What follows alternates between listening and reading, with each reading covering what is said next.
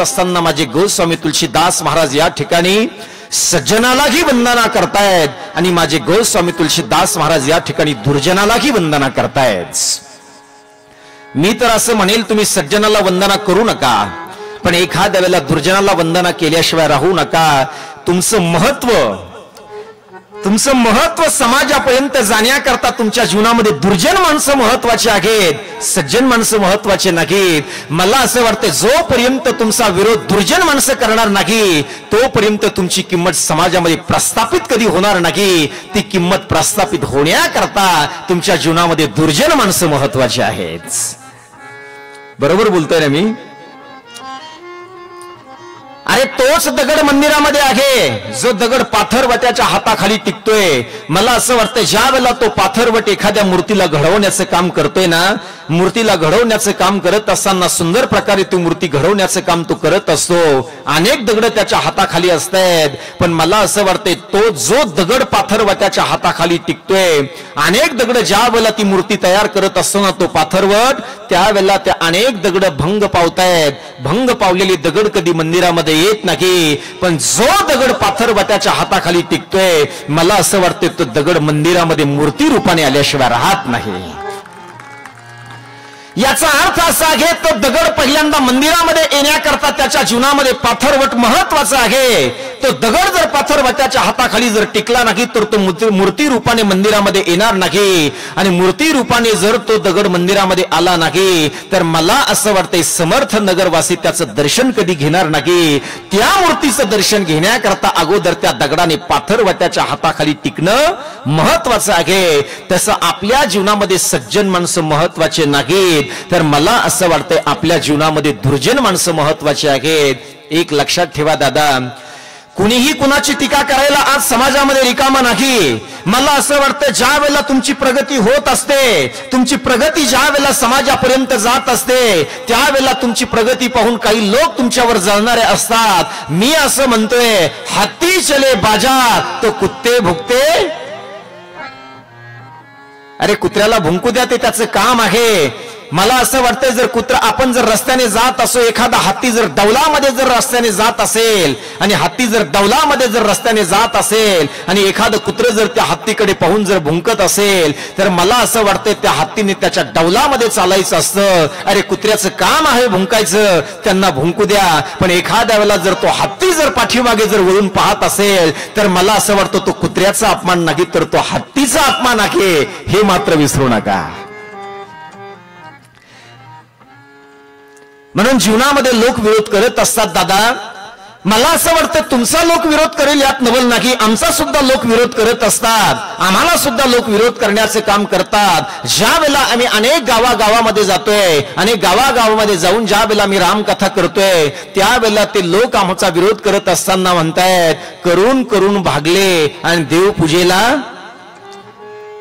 अरे लोकांना काय म्हणायचं तो लोकांचा प्रश्न आहे, पण तुम्ही जर समाजासाठी काम करत असाल, तुम्ही जर धर्मासाठी काम करत असाल आणि तुम्ही जर वारकरी संप्रदायासाठी जर काम करत असाल तर ते काम तोपर्यंत करा जोपर्यंत तुमच्या देहामध्ये रक्ताचा शेवटचा थेंब आहे। दादांनो चांगलं काम करा ना।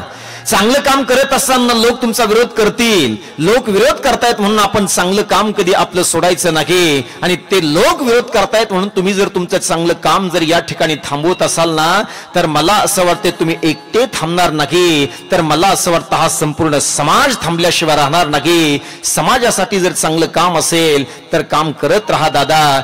माझे जगद्गुरु तुकाराम महाराज गाथेमध्ये एक संदेश आपल्याला देत आहेत, लोक जैसा ओक धरिता धरवेना अभक्ता जिरेना संत संग, तू आ म्हणे आता ऐका हे वचन तेजोनिया जन भक्ती करा।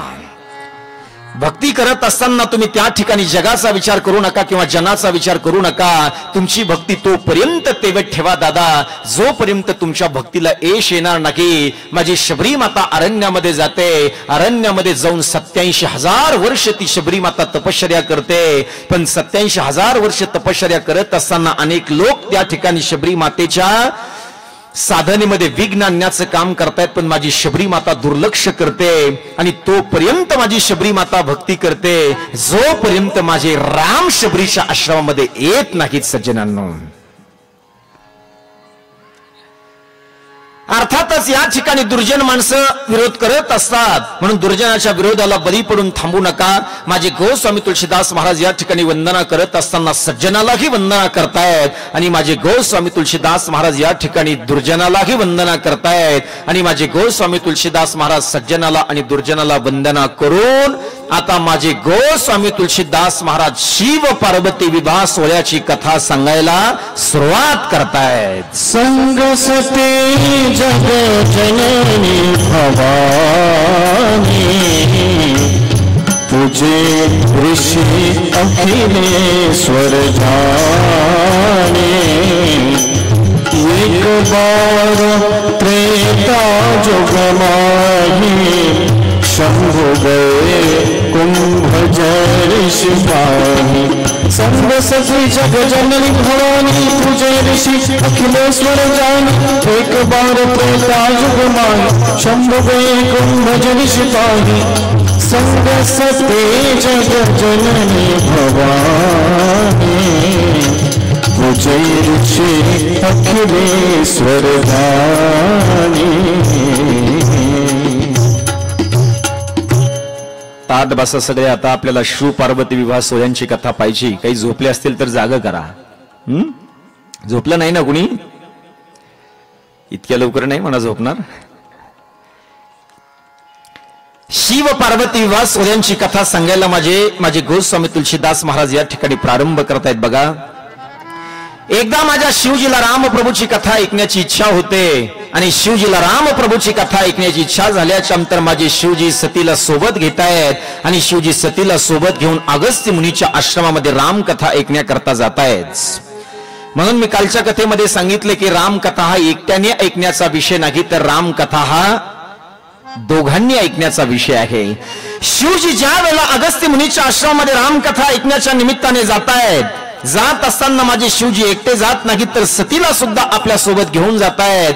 आणि सतीला ज्या वेळेला सोबत घेऊन जातायत ना, एकटे चालेत का? उद्या जोडीने येतील.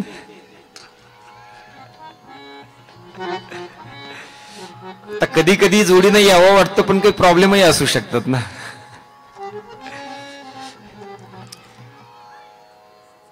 रामकथा हा एकट्याने ऐकण्याचा विषय नाही, तर रामकथा हा दोघांनी ऐकण्याचा विषय आहे.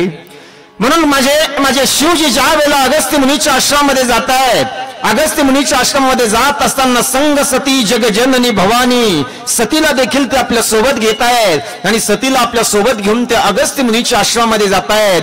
प्रश्न असा निर्माण होतोय की माझे शिवजी अगस्त्य मुनीच्या आश्रमामध्येच रामकथा ऐकण्याकरता का जात आहेत? मला असं वाटतंय माझ्या अगस्त्य मुनीचा जन्म हा जरी मडक्यातला जन्म असला तरी समुद्रासारखी कथा प्रसवण्याची ताकद ही माझ्या अगस्त्य मुनीमध्ये आहे. म्हणून माझे शिवजी अगस्त्य मुनीच्या आश्रमामध्ये जात असताना संग सती जगजननी भवानी दोघेही रामकथा ऐकण्याकरता त्या ठिकाणी जात आहेत, आणि दोघेही रामकथा ऐकण्याकरता गेल्याच्या नंतर त्या ठिकाणी सज्जनांनो अगस्त्य मुनी रामकथा सांगायला सुरुवात करतायत. आणि अगस्त्य मुनी ज्या वेळेला रामकथा सांगायला सुरुवात करतायत ना, रामकथेची सुरुवात आणि झोपेची सुरुवात सोबतच होते. म्हणून ज्या वेळेला रामकथेला सुरुवात होते त्यावेळेला त्या ठिकाणी सती झोप घ्यायला लागते. म्हणून काही लोक असं म्हणत असतील की महाराज, आमच्या सतीला आम्ही या ठिकाणी रामकथेला आणत नाही. का आणत नाही? तर ती या ठिकाणी आल्याच्या नंतर झोप घेते किंवा झोप येते, म्हणून आम्ही तिला रामकथेला आणत